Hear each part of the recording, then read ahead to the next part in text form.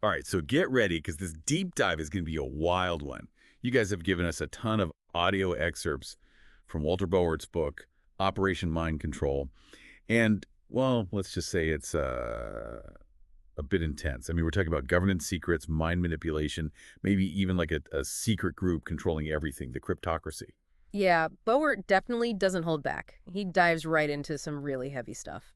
It's amazing, though, how a book written back in 1978 predicted so many of our modern fears about, tech, surveillance, all that. It's like he was looking right into the future, right? Yeah.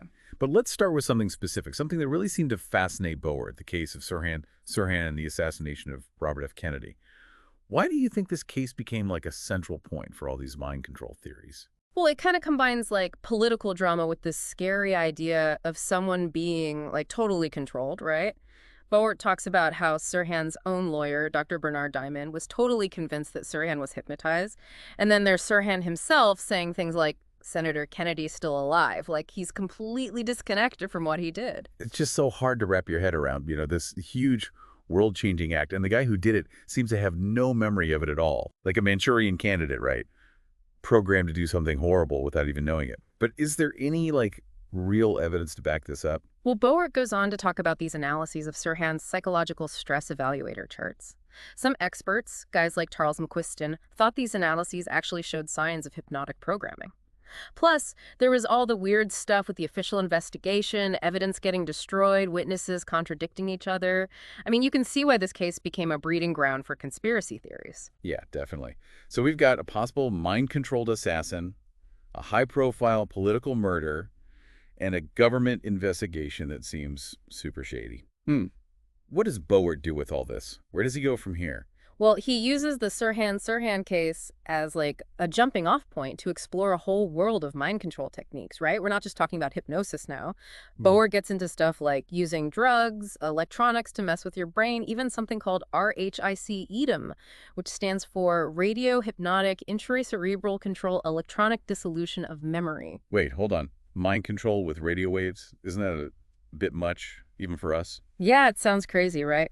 But Bowart lays it out there how certain frequencies could maybe mess with brain activity, like wiping out memories or even changing them. It's based on, actual research into how our brains react to these frequencies. Okay, that is pretty freaky. But stepping back a bit, is it possible Bowart's going a little too far with some of this stuff? I mean, especially the really out there ideas. Maybe it's more about, like, scaring people than actual facts? Yeah, I mean, a lot of what he's saying comes from like anecdotal evidence and people claiming to be like insiders.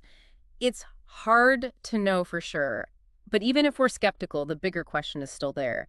How easy is it to manipulate our minds? And are there people out there actually trying to do it? And that's where this cryptocracy idea comes in, right? Yeah. This, like, secret group controlling things from the shadows. Right, Bowart basically says there's this hidden network completely outside of like normal government and stuff. They're pulling strings, manipulating events, maybe even behind assassinations like Robert Kennedy's. He even quotes some of his sources talking about like how the world's a chessboard and we're just pawns. But isn't that kind of an oversimplification? Like, blaming everything on this secret cabal ignores how complicated things really are. True, true. It's not that simple. But Bowart's point is more about the danger of unchecked power, the idea that huge decisions are being made without anyone knowing. And that's pretty scary, right? Definitely makes you think. So we've got these mind control techniques, people maybe misusing them, and this shadowy group potentially in control. Where do we even go from here? I guess we'll have to find out in part 2. One thing that really stands out to me about Bowart's book is just how many different examples he uses to show what mind control could be capable of. I mean, some of it is seriously disturbing, like the Sirhan case, but then there's other stuff that seems almost ridiculous. Right, like that whole thing with the cyborg cat. A cat wired up to spy on people. That sounds more like a bad James Bond movie than something real. It does, doesn't it? But I think Bowart's trying to make a point. He puts these crazy-sounding stories next to more believable stuff, like the research into how our brains react to certain frequencies. And it makes you wonder, where exactly is the line between science fiction and, like, scary but real possibilities? So do you think the cyborg cat is just a distraction? Or is it possible that someone really did try that, just to see if they could? Like, how far are people willing to go? It's hard to say for sure, but even if we forget about the cat, there are other examples that are harder to ignore.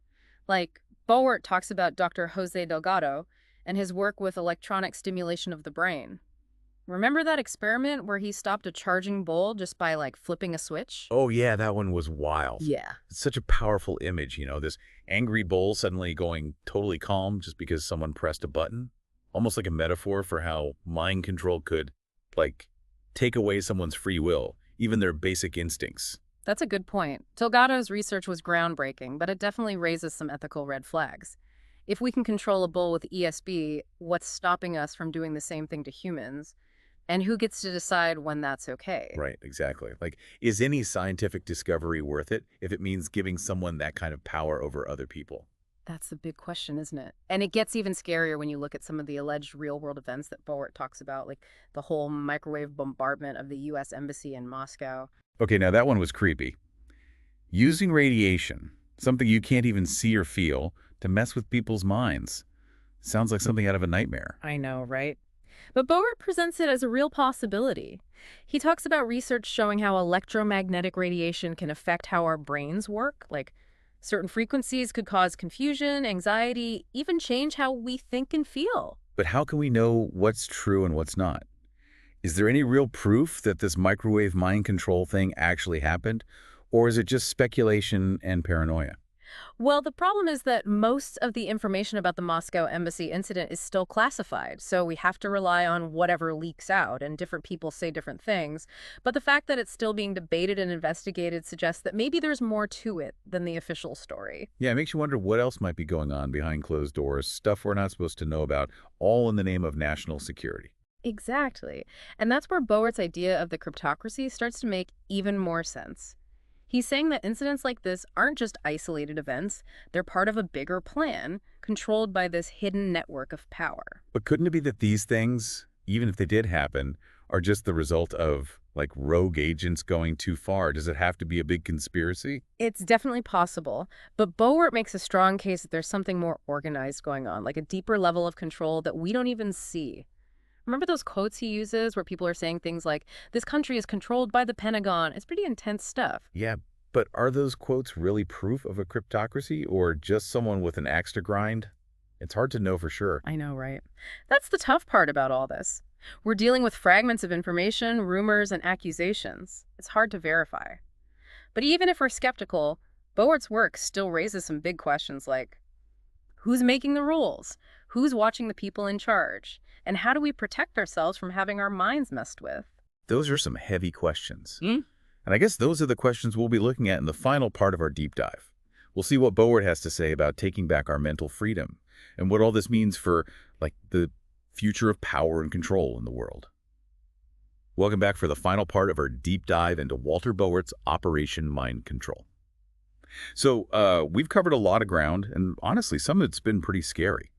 Alleged mind control programs, this idea of a cryptocracy pulling strings, tech being used to, like, manipulate people. But in all this, does Bowart offer any, solutions? Like, how do we fight back against all this? He does. But it's not about, like, simple tricks or anything. Bowart's more focused on a bigger shift in how we think, how we see the world, how we deal with information. It's about waking up to the dangers and taking responsibility for our own minds. So less about specific techniques and more about, like, a change in mindset. Exactly. Knowledge is key. He keeps saying we can't fight something if we don't understand it right. We need to know how manipulation works, what to look for, and how to protect ourselves. It's about being aware. Right, like that saying, knowledge is power. But in this case, it's not just about knowing stuff. It's about thinking critically, not just believing everything we're told, especially from people in power. You got it. Bowart wants us to question everything, especially when it comes to secrecy and, like, governments doing shady stuff in the name of national security.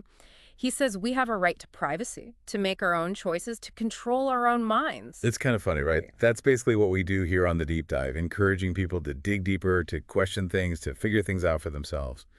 It's about giving people the tools to find the truth, not just telling them what to believe. Yeah, I see that. But Bowart takes it a step further. It's not enough for individuals to be aware, he says. We need to work together. He thinks if enough people stand up and say, no more, we can hold those in power accountable and make sure technology is used for good, not for control. It's easy to feel helpless when you're talking about this stuff, like, what can one person do? But Bowart's saying that giving up is the worst thing we can do. If we stay informed and get involved, we can actually make a difference. Think about all the times people have come together to fight injustice, social movements and stuff. Those movements changed the world because people decided they weren't powerless. We have voices, and when we use them together, we can shift the balance of power. One thing that really stuck with me was Bowart's idea of completely changing how the intelligence community works. He says the way agencies like the CIA and NSA operate, all secretive and with hardly any oversight, that's what allows these abuses to happen, like mind control programs. Yeah, that's a pretty radical idea, but it makes sense.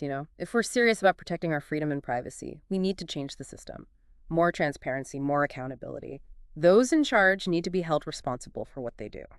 So, all this being said, what can people actually do? What are some concrete steps to, like, protect ourselves and push back against this stuff? Well, Bowart stresses education and awareness. Read, research, talk about these issues with each other. The more we know, the harder it is to manipulate us. Support groups that fight for privacy and government transparency, and most importantly, never stop questioning, never stop challenging.